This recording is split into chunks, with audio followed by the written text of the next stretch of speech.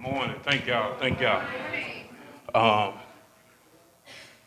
Let me do this. I'm put this on my time now, but I thank all y'all for coming. Usually, when everyone know the pastor's out, they kind of take a break. Uh, I was there too. I mean, nothing wrong with that. He plays a special part in all our lives, so you're supposed to love him in a special way. But I just want to thank y'all for coming out today.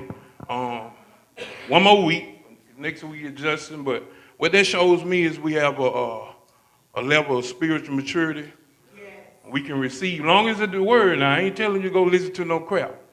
But as long as they preaching the word, you ought to be able to receive. If it's not the word, then you ball up and throw it away. So I salute all of y'all this morning. I think Tim did take me in when I was young. I was like, oh no, I don't know what to do. I felt like Solomon. I don't know where to start and where to end. He took me in and showed me. I see my sister here. I see my family.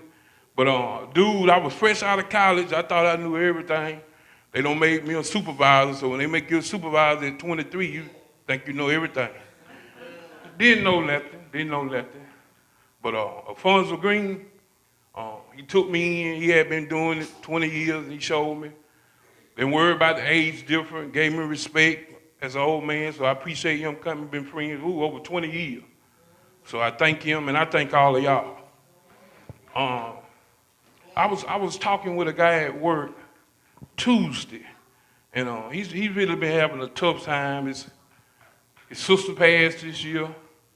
His mom passed. Both of them were unexpected. He's not an older guy. He's about 40, and he was saying, man, he have a son. His son was in the 11th, mine was in the 12th last year, so we kind of followed him on the football team.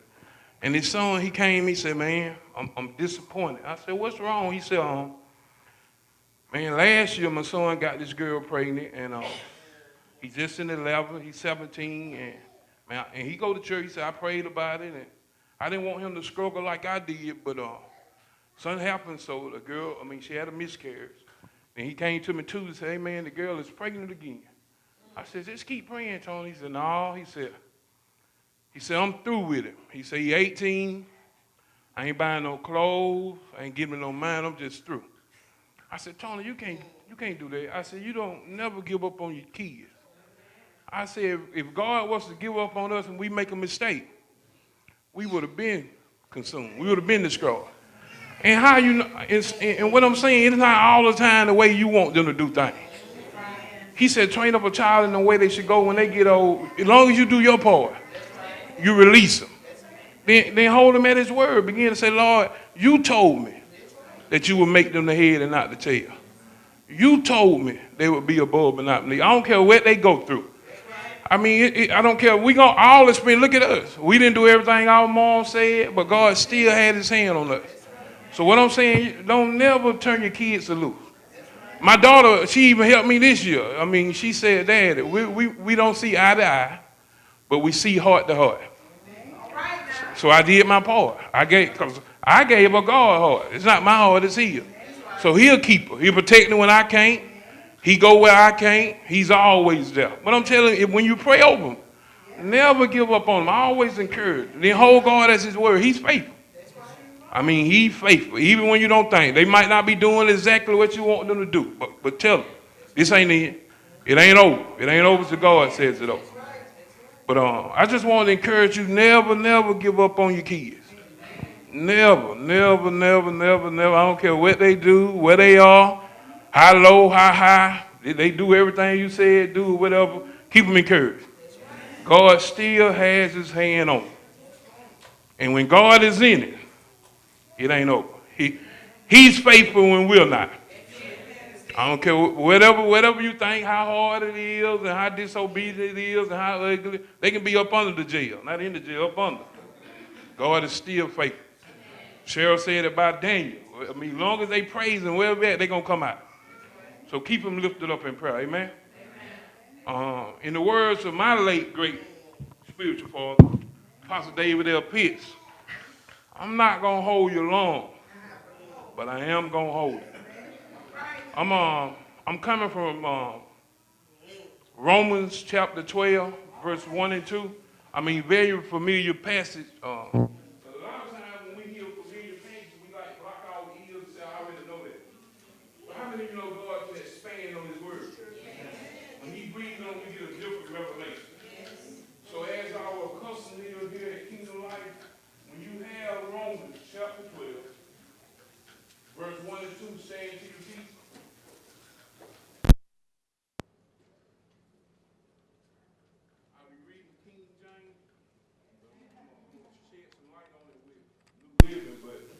We read King James.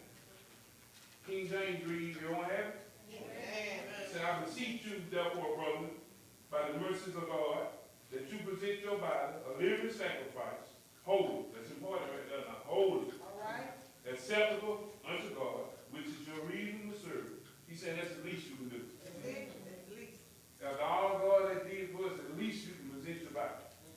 Okay, it says, and be not conformed to this world, but be ye transformed by the renewing of your mind, that you may prove what is good and acceptable and the perfect will of God. Let us pray. Father God, we thank you right now, God, for another opportunity, God, to hear your word, God. Father God, we come this morning, we didn't come for form or fashion. We didn't come to see who was here and who was not here. Father God, we come to be touched by you. For you said no one can be touched by you and remain the same. So Father God, we said touch us right now, God. For we may be changed from the inside out, God. We said have your way in this place today, God. We bind in the hindrance or distraction that might attempt to come today, God. We turn our hearts, our mind, and our will totally over to you in this place this morning. We said have your way in this place, God.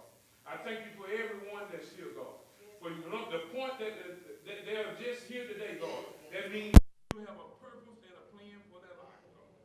Allow them to continue to hold on you, God, because you are faithful. You're going to do just what you said you can do. And we thank you for it, and we surrender to you right now. In the mighty name of Jesus, we pray. So, you may be seated. When I started reading this, it really blew my mind. I thought I knew something, but I didn't know anything. So that's why you don't go in with preconceived notions. Paul is calling Christians alongside him. So what I had to do is, Tim, I had to think back. When was the first time somebody ever called me, whether it be they calling me to their team, calling me to be a part of their office. I was trying to remember when was our first call to do something. So, you know, I'm kind of different. So I thought back to when I was a younger guy. And I went to Ada J. Banks, John W. Bird. So I remember when we would have recess, we would go out on the playground. And they had this thing called the seesaw. And what that was it was where you on this side and this person on this side. You would raise him up and he would raise you up. And to me, I really got shafted because everyone wanted me to raise them up. When it was time for me to be raised up, they would say, no, you're too heavy. We cannot do that. So I fell out with the seesaw. We don't want the seesaw no more. So we went to this thing called the merry-go-round. The people would get on the merry-go-round and man, they always wanted me to spin them around. But they never would spin me around. So I developed at an early age saying to myself, I don't never want to be in a relationship, a partnership, or anything that someone can do their part. So the title, if you're taking note of Romans 12, chapter 1 and 2, how deep is your love? Just do your part. So what I'm saying, if you love someone enough, they shouldn't have to worry about you doing your part. And I know y'all saying it's better to give than receive. I understand that. But you want to be in a relationship, a partnership, or agreement with someone that you know and you trust that they will do their part. Amen. And I'm not being secular religious, but when I was coming up, it was a song on Teddy Pendergrass. He said, not 30-70, not 60-40. All right. I'm talking about a 50-50 love. Okay. You understand what I'm saying? I mean, he was saying that when I grow up, I want someone, whether I'm at work, home, on the job, in the church, I want someone that's going to at least do their part. Amen. You know what I'm saying? I got to know and trust and believe that you are going to do your part. Okay. So what I'm saying this morning, that just was a relationship or agreement, or that was something we do here as man to man. But what we have here in Romans chapter 12, verse 1 and 2, because he said, therefore, that means something happened before. All right. So he's saying, you ought to be able to present your body. Why? Because God died for us. All right. and I'm gonna come back to it. But what struck me then is sometimes you can be so low and so down you feel like no one loves you, or you're all alone. But I come to tell you this morning, you never had nobody or nothing that loved you to death. God loves you and I to death. How you know? Because He died for you and me. Before we did anything, before we came, He said, because when you were yet in sin, I died. All right. So what He's saying, since what Paul is saying, since He died, and let me stop right now. Let me say, you can't call nobody to do nothing if you're not already doing it. You can't tell them what to do it if you won't do it if the same thing happens to you. That's what you call hypocrite. Yeah. So what He's saying, He's calling you alongside Him. He's saying we're teaming up to do God's will. And why is this important in Romans? Paul wasn't in Rome. He was writing from another place, but he was writing to Rome, letting them know that it was a lot of changes going on in Middle East, in Rome. He was saying that it's a new thing going on, and you are a place of influence. Okay. So whatever people see you do, that's what they're going to do. So he was letting them important. You just can't be a Christian on Sunday morning. All right. Just can't be a Christian when you're around other brothers that believe the same thing you do. And how I know I got proof, Steve, is he was saying, and what blew my mind, I said when I started studying, he was saying, what he says right here, he said, present your body by the mercies of God. He realized we couldn't do it on our own, so he gave us mercy to present our body. I mean, it's hard to kill the flesh. Yes. You might as well be honest. After I've been doing such so long, I'm thinking that's the right thing to do. Then you get shocked, it's the wrong thing, but you can't sit it down not even on your own. Amen. He's saying by the mercies of God, present your body. So what I'm going to stick to, I don't think we as Christians, as church members have a problem presenting our bodies on Sunday morning. On Wednesday. I mean, when we get together, it ain't hard. I know Miss Shirley praying for me. I know my wife praying for me. I know Minister Smith, Minister Roger. I know they praying for me. But the part is to present your bodies when they're not around. Can you present your bodies at work? So I'm going to give you 3 things, and then I'm going to take my seat. What we must do if we're going to present our bodies the way God intended for us to present our bodies. The first thing is we must die. It said, we quote it all the time. Galatians 2:20. I know y'all know it. He said, "This life I live in the flesh." We say it all the time, Steve. I mean, what that mean? Do you love God enough to let Him have total and complete control? That blew my mind. I had to repent.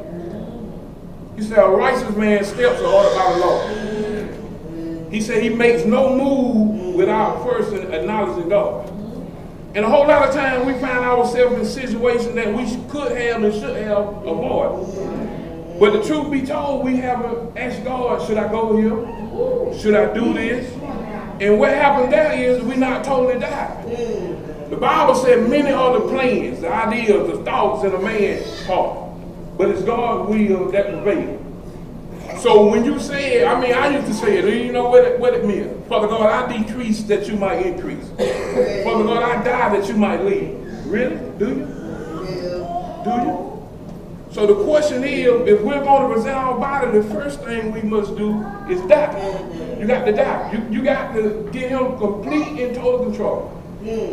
And what this is right here is presenting of the bodies. What blew my mind, Mr. Dean, it was not just a one-time thing. What this presenting of our body did, what that took the place, you can remember in the Old Testament, when they go to get forgiven for sins, they would kill a bull, whatever they was, the animal would already be dead. What blew my mind right here, he said a living sacrifice. How many of you know it's hard to present your body a living sacrifice? So I got it. What it was is to me, because I come up rough, I had made plans. When I get on the other side, when I get my own job, I'm going to do what I want, how I want to do. So I'm not blaming my mom. She took care of me and my sisters the best she could. But I had said to myself, when I get older, Steve, and get me a good job, a good job, you need a good job now. You need a good job. I said, when I get older and get a good job, I wanted to do what I wanted to do when I wanted to do it. I thought when you were grown, that's what you're supposed to do. How many of you know that's not the count? So he said all things work together. When he got his hand on you, can't do what you want to do. Like right here, I know, I'm saying, I'm not to put them on the spot. Matthew and Justine could have, like they turned down other opportunities. And that's nice. That let me know at an early age they in tune with the Lord. For me, I get a chance to go a little further, a little bit more money. I don't know, Miss Shirley. Pray for me.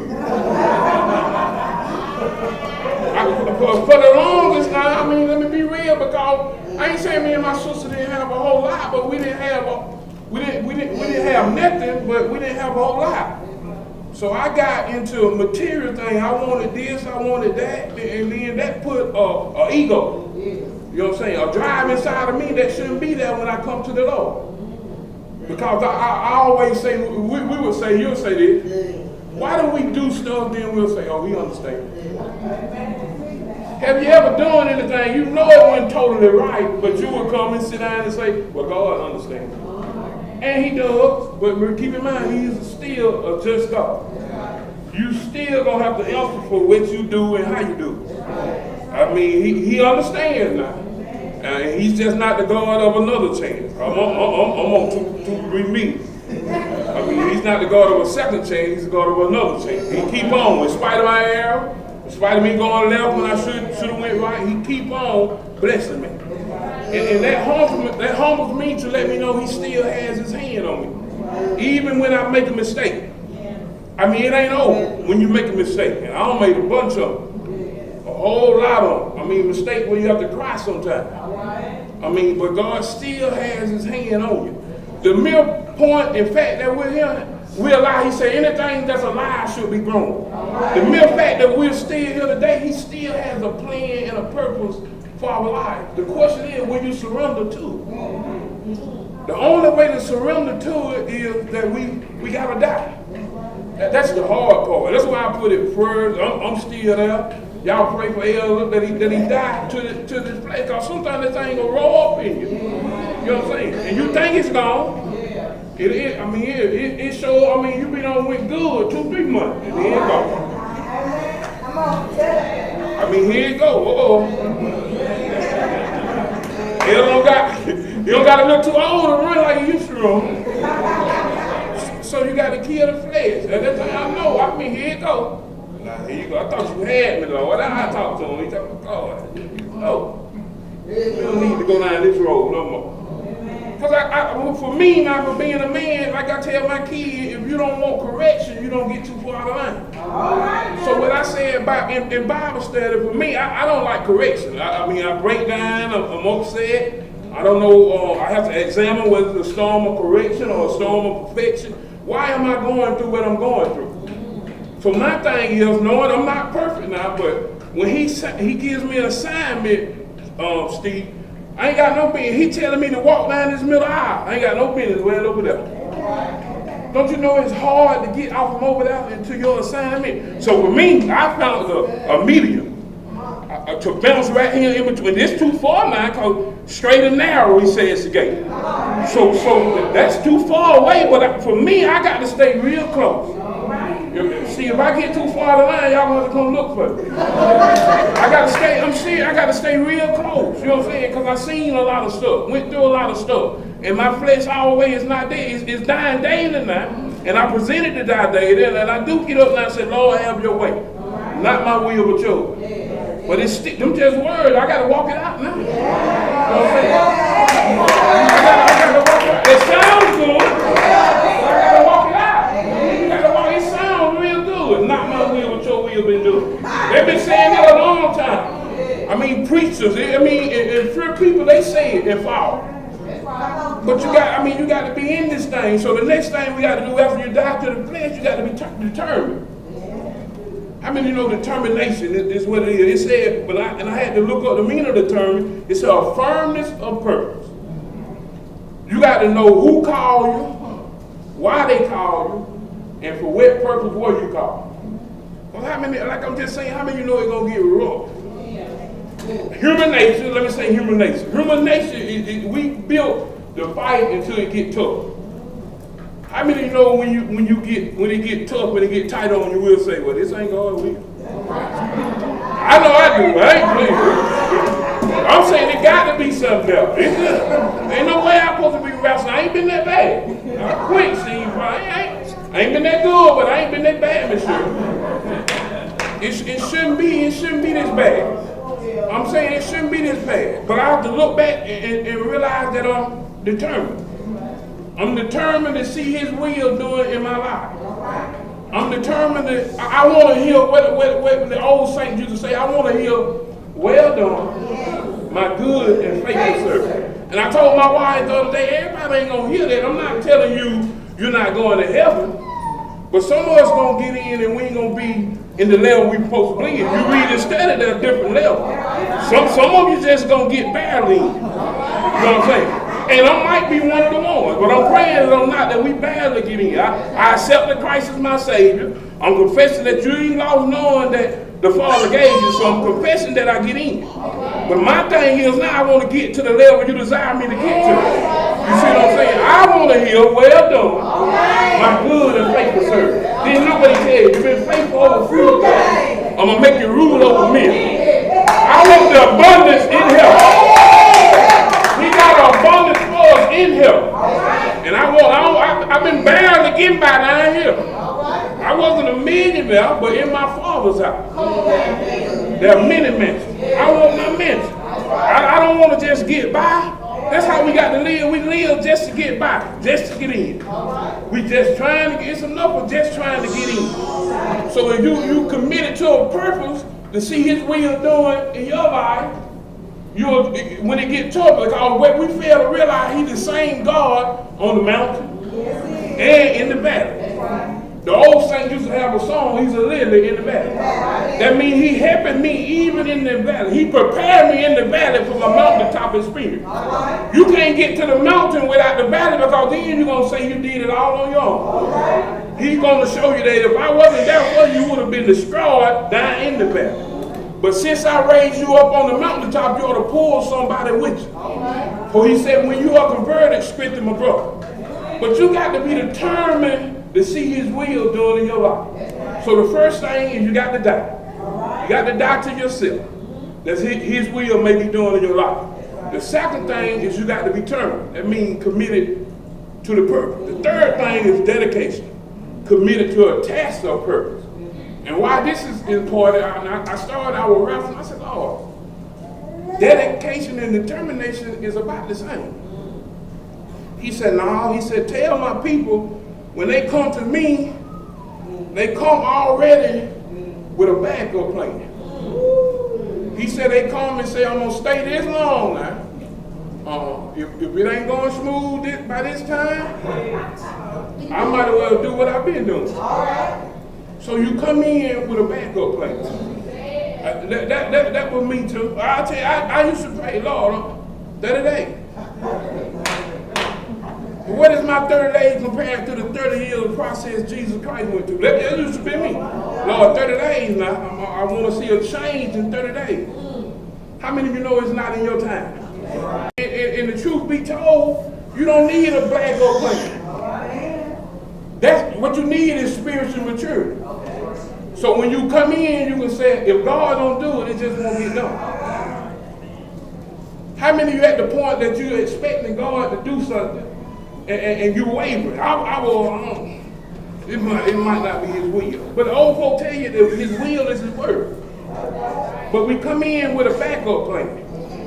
Like I said, I ain't going to be long. I'm just trying to encourage you that we should present our bodies on a daily basis. And why we need to do that, and you see all the dark and gloom going on. You wonder where the church is at in this time. Why is the church is not standing up full of power? He always giving us the authority, the dominion, and the power, and the key to do what needs to be done. He said it's finished, it's sat down. So my question would be, been in the church a long time, Steve. I know I went to Overcoming through Head Start, so I've been around the church. Let me back up. I've been around the church. I don't know if I was a part.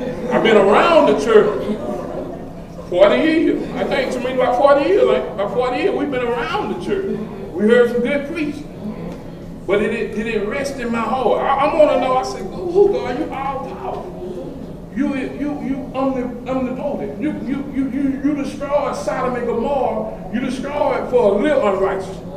You don't see what's going on in Macon, Bill County. You don't see all of this." He said, "I'm waiting on y'all. But you can't go out there if you ain't got what you supposed to have, which is his power. You get your head cut off. And the only way you're going to have his power is present your body for him to use. He's going to tell you when to go, how to go. How many of you know you can't lose when he sings? Ain't no defeating him. If he send you to a place, I don't care how dark, how gloomy it might seem, you can't lose. And like he said, who you go? I go in the name of Jesus. Ain't nothing magic or mystical, but that's my fault. And like Edward was saying, I don't care how tired I am, how many hours I don't work, that bluebird, if one of them three, that's all. And he said, if you being evil, know how to give good gift, how much more your heavenly Father? You think he gonna let us go through it and he don't heal and don't care? He said the very hairs on our head are now. He loved us with a love. If people would say, when you was unlovable, you never been unlovable because we were created in his image. You just did some things that he wasn't pleased with. But his love never failed. He always loved us from the beginning. And what you have to be the dedication. How many of you know his plan was good from the beginning of time? You said, and you don't even realize, Jeremiah 1:5 said, before I formed you in your mom's belly, I knew you. Then he goes a little farther, in Jeremiah 29:11, say, I know the thoughts that I have towards you. And look how he make it simple. He said, good and not evil, to give you an expected end. Saints of God, you don't have to have a backup plan. His thought for you and I has always been good. His thought for you and I has never changed. I don't care what you're doing or what you're going to do. It's already nailed to the cross. He loves us with an unconditional love. That ought to be enough to keep you right there. That ought to be enough to keep you where you need. But you know how we are. We just have to have a backup plan. So I searched. I said, God, I want a backup plan they can use when it seems like it's not working. When it seems like in our eyes it's not working. So he said, plan A, accept his love. So when it seems like it's not working, he told me to tell you all you got to do is accept his word. And I said, well, God, we deal with some stubborn people now, but they need another plan. We never go into something with just one plan. He said, well, tell them plan B, believe that I died for them. And I rose with all power in my hand. I said, that's real good, God. I'm going to win some more folks right there. But I tell them plan A and plan B. They're going to come on in. I said, can you give me a few more? He said, plan C, tell them to start confessing my word over their life. I don't care how dark it is or how low you are. Start telling I am the head and not the tail. I am above and not beneath. I am the lender and not the borrower. You got to tell them what the Lord said. I don't care what no one said. He said, tell them to start confessing the word over their lives. I said, well, God, it's getting good. Give me one more. I said, he said, plan D, I died just for you. I said, that's good, God. He said, when I was coming up, I used to get in tough situations. Marvin Sapp had a song that we'll never know the cost to see our sins upon the cross. I said, well, what that mean, Lord? He said, well, what he was trying to say, and some folks weren't going to get it, he said, everything you did in the past, everything you're doing right now, and everything you're going to do in the future, I already nailed it to the cross. I said, thank you, Lord. He said, tell them, for therefore there is no condemnation for them that walk not after the flesh, but believe in his word. I said, we got a few more, God. We need about 2 or 3 more. He said, well, I said, give me one more plan. He said, plan E. He said, tell them that I am the everything. I am Jehovah Jireh. I am Jehovah Nissi. I am Jehovah Rapha. Tell them whatever they be. Tell them all they got to do is trust and depend on me. He said, for I'll never leave or forsake them. I'll never put them in a situation where I couldn't get them out. He said, I'll never tempt them with not a way of escape. Tell them I love them with an unconditional love. Tell them all they need to do is trust and believe in me. So I said all that to say this, saints of God. We are the least we can do this morning. If he died just for me and you, the least we can do is present our body the way it should be presented. I mean, come at you. See, what the enemy tried to do, he tried to tell us that we're not worthy. Or he didn't call you to do this. So let me give you my testimony. He took a little boy from 2nd Street. And my sister will tell you, I used to stutter. I had remedial classes 1st and 2nd grade. But look around like 3rd grade, it was a basic skill test then they let me do. Somehow this stuttering boy, 1st and 2nd grade, took the basic skill test 3rd grade and scored the highest, not just in Burke, John W., but he scored the highest in Bill County. He don't, whatever he was trying to tell me back then, I didn't understand, young boy. He don't call to qualify. He calls you then qualify. So I don't care where you at this morning. He can use you. All you got to do is turn your life over to him. So as I open the altar this morning, the altar truly ought to be flooded because he loves us with an unconditional love. You ought to be willing to say this morning, since you love me unconditional, God, I give you total control over my life. I surrender totally to you, God. I trust and believe in your plan. For your ways are better than my ways. For the Bible said my thoughts are higher than your thoughts. So you got to trust him and know that he has a plan and purpose for your life. So we heard this all the time, present your body, but I'm telling you not holy. You remember in the Old Testament when they used to come with ramp, only the priest could go in because he was considered clean. So that when it got into the New Testament, when you were going to present, so he said, first, go clean yourself. So what I'm saying today, we ought to come to the altar so our praise and worship will be accepted. And when we come to Bible study, because when I started studying this, I want to get in. When he told Abraham to go sacrifice Isaac, he said, we're going to worship. So it let me know my life should be a worship smell to him. So I'm going to ask you this question as I open the altar. I think Tasha Cobb had a song. And what she said, Lord, she said, here's my life, Lord, smile. Here's my worship, Lord, smile. Do your worship make him smile this morning? Do your lifestyle make him smile this morning? The altar is open. Whatever you need this morning, he here to meet us this morning. He loves us unconditionally. You're not too late.